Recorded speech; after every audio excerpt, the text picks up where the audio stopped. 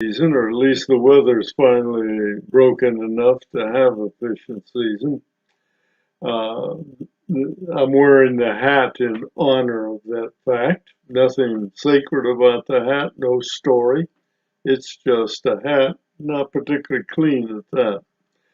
But we're beginning session number 114, looking at Ruth chapter 3, first 5 verses. The title, The Plan is Laid. Well, think again where we are in this story. We've come quite a ways in just 2 chapters. Ruth, for example, was an itinerant widow, a foreigner.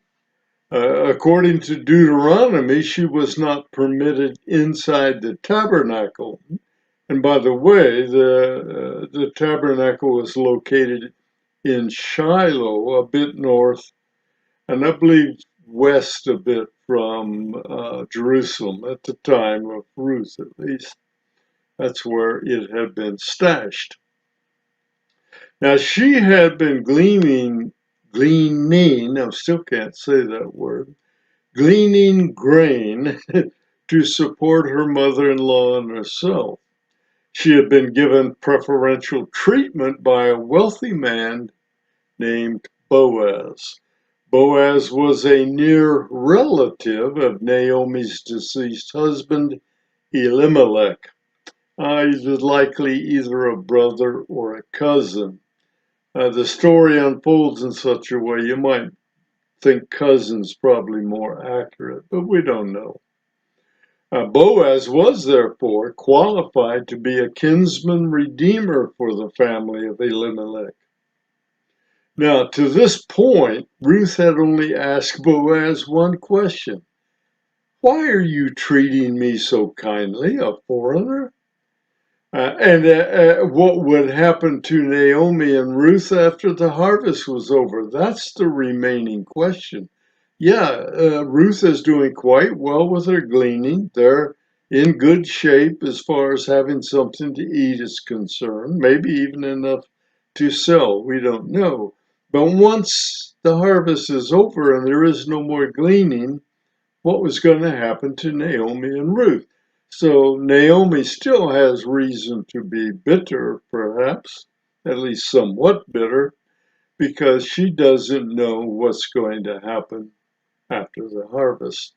Naomi had learned all of this, everything that Ruth had experienced, and in her desire to secure a better future for Ruth, she devised a plan, and that's what we're going to look at today, Naomi's plan. She knew enough of Israeli law to see hope where she had seen none before. The question on everyone's mind that's watching these things, and certainly was on Naomi's mind, is this. Would Boaz actually take on the responsibility of kinsman redeemer once he realizes he is qualified? How much time did Naomi take to devise her plan that was to come? Well, we don't know how much time. We do not know how long after Ruth's first day of gleaning the sketch that we're going to look at between Naomi and Ruth took place. We can't even guess that.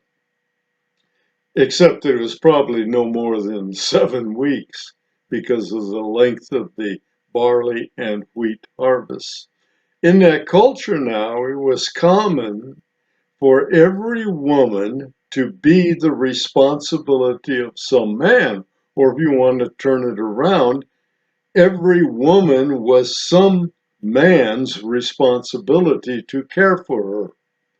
But Naomi and Ruth don't seem to have any such man at this point, at least. Some writer has said that Ruth is a book devoted to this question. How does a good woman help her man play the man? In other words, how does a good woman help a man be a real man and take care of his responsibility? Well, from the perspective, our perspective at least, the question might be rephrased something like this. How does Ruth help Boaz man up and take responsibility for her?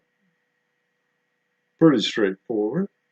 In this session, we're going to look at Naomi's counsel, her advice that's coming in the wake of the news that she has just picked up somewhere along the way about Boaz and his generosity toward Ruth. Now, one question people ask, and looking for a little bit of risque action in here somewhere, I suspect, although there's no indication of any, would be that, well, Boaz was awfully nice to this.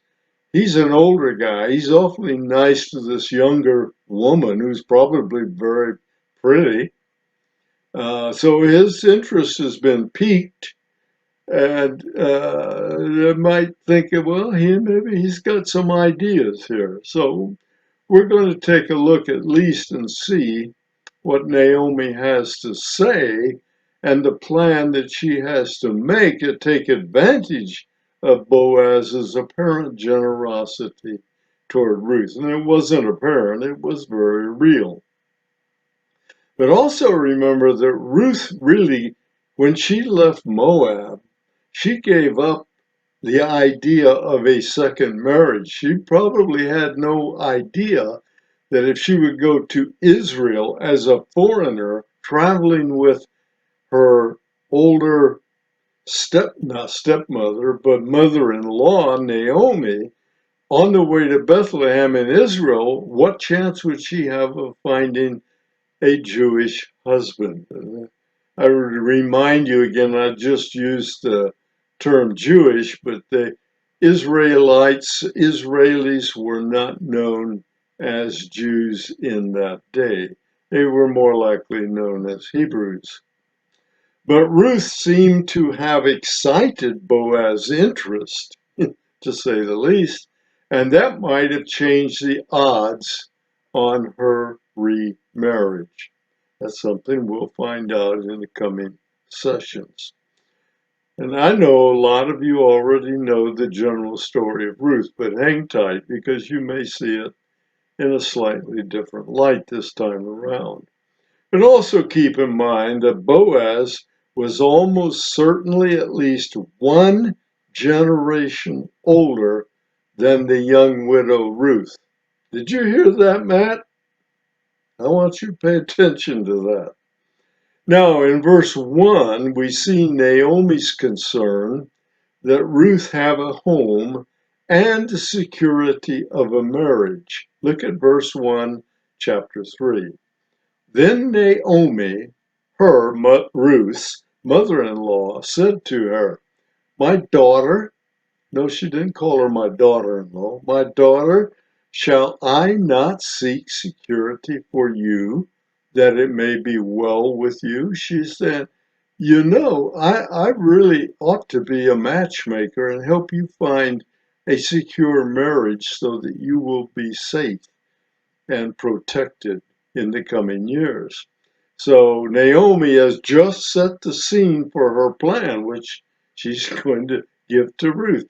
A simple plan, a direct plan, but it's also a plan that has a certain amount of risk, at least to Ruth. So we're going to see later there was an unknown obstacle, at least apparently unknown, to Ruth certainly, but also probably to Naomi. Scholars argue over whether Naomi would have known about this obstacle or not. But there is an obstacle to her plan, and she doesn't seem to be aware of it. Yeah, in addition, the plan depended on Ruth being bold, audacious, and as we said a moment ago, even risky. This is not something simple for Ruth. She's not going to a fellowship meeting of some sort. Now, Naomi gave Ruth a quick rundown of the matters pertaining to her plan. Verse 2, "And now is not Boaz our kinsman, with whose maid you were?" In other words, you were gleaning in Boaz's field, weren't you? "Behold, he winnows barley at the threshing floor tonight." It sounds as though Naomi said, "Hey, Ruth, tonight's the night." So what has she just done? Well, she's given Ruth three points. First, a reminder that Boaz was a kinsman. Second, unstated perhaps, he might perform the role of kinsman redeemer. That's up in the air yet. There was no legal binding that anyone had to act as a kinsman redeemer, even if qualified. And thirdly, we know where he'll be tonight, Ruth. So we know who he is, what he could be, and where he will be tonight. So tonight is the night. So what's the big deal regarding the winnowing of the barley's harvest? Well, when the barley was harvested, the sheaves of barley were laid out on the threshing floor. This may have been a community threshing floor, or it may have been one that Boaz owned. We don't know. But what do they do? Well, they lay it on the floor, the sheaves of barley, and then they have oxen on it like a turnstile going round and round, trampling the stalks. And in many cases, they also were dragging some kind of a sled or, some kind of a deal that would put pressure on these stacks and separate the grain from the stalks. When the oxen had finished separating the grain from the stalks, then the whole process of winnowing began.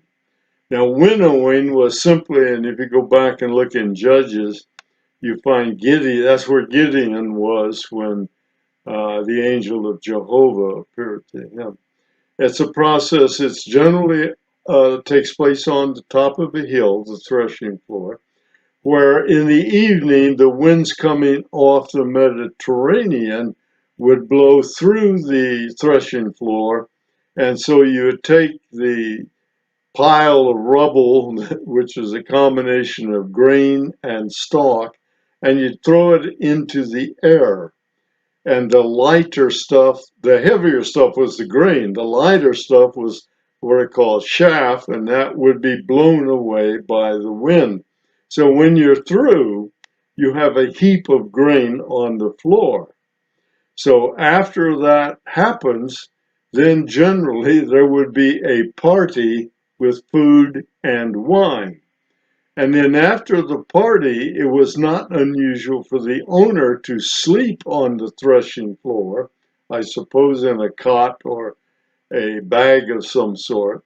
And why? Well, to protect his grain, which is laying there on the threshing floor. So Naomi's simple plan was now described.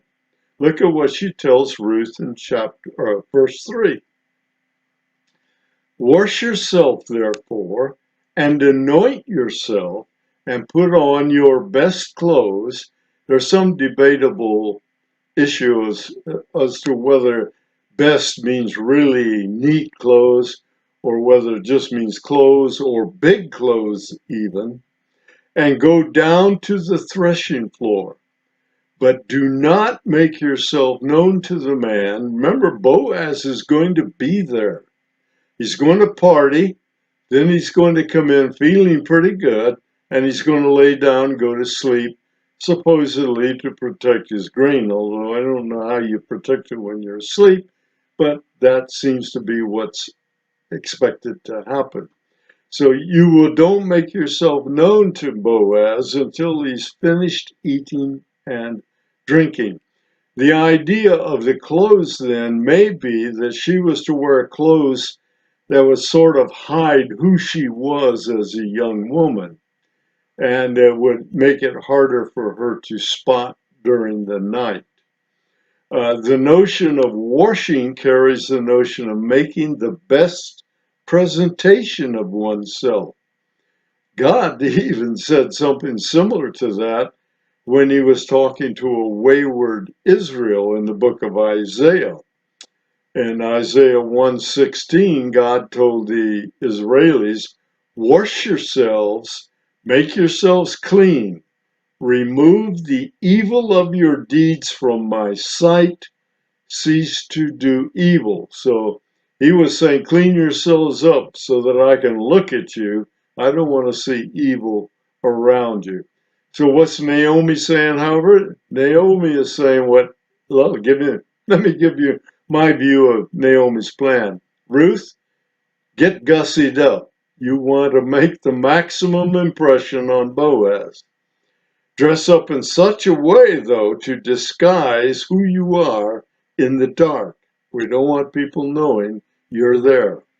Go to the threshing floor, but remain anonymous.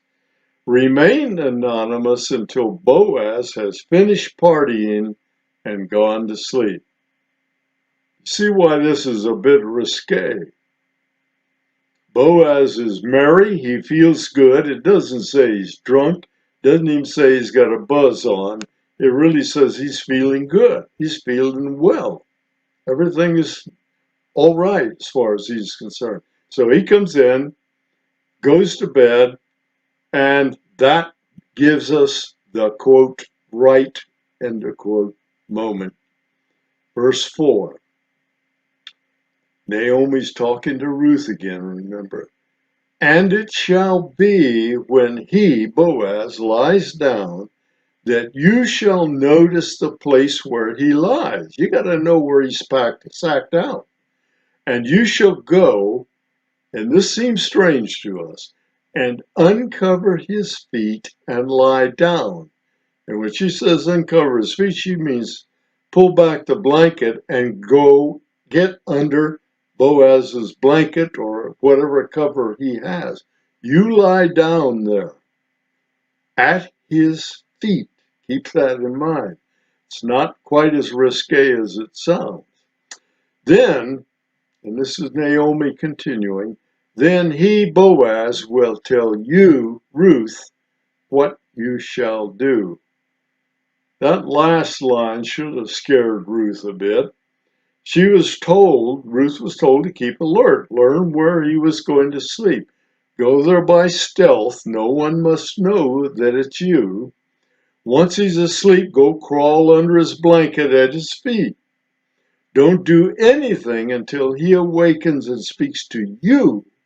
Then when he speaks, do everything he tells you to do. That last instruction again might well give Ruth pause. For example, the consequences of obedience depended upon the integrity and the morality of Boaz.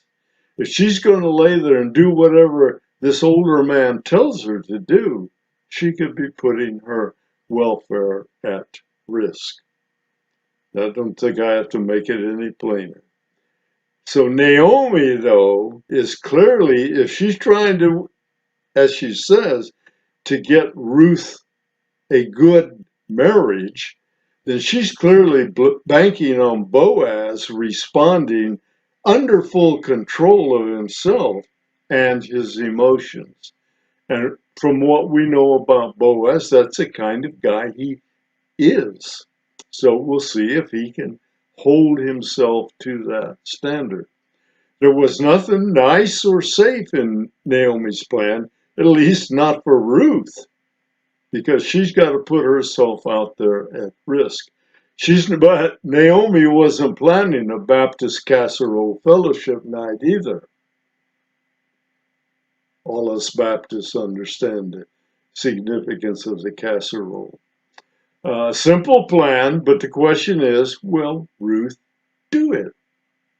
And again, the plan requires Ruth to do whatever Boaz commands when he wakes up to her presence.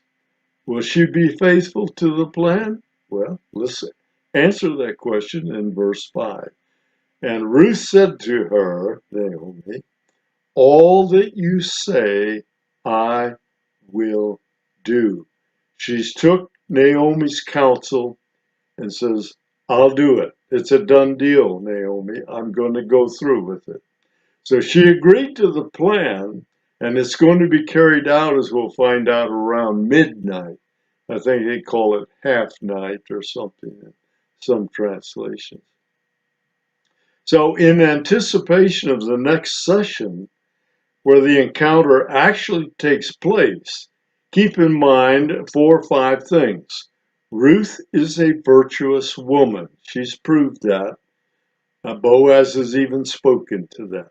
Boaz is a virtuous older man. We've been told that.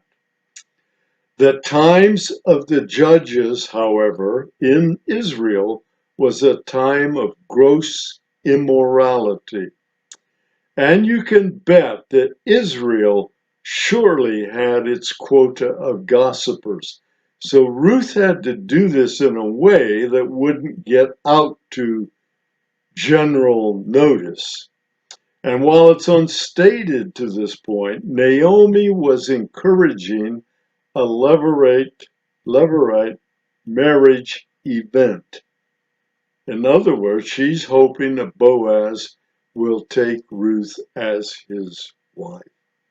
So what were the stakes and the potential consequences of Ruth's actions? Well, we'll begin to see that with our next session and for the next several sessions. Some takeaways. Nothing unusual here, nothing astounding. Obedience to God's plan for you can seem risky. At least in human terms, it can seem risky because of what God might ask. But we know it's technically not risky because God has our best in mind. Secondly, there are God-approved solutions to every difficulty in life.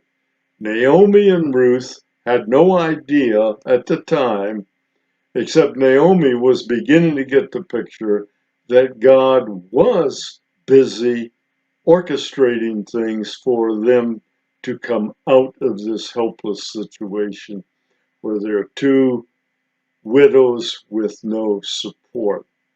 Now, the things that go back to some of the earlier comments about what one writer said. We're going to see that a woman can be a woman and God's woman simultaneously. A woman can be fully woman, at her best as a woman, and still be God's woman in the process.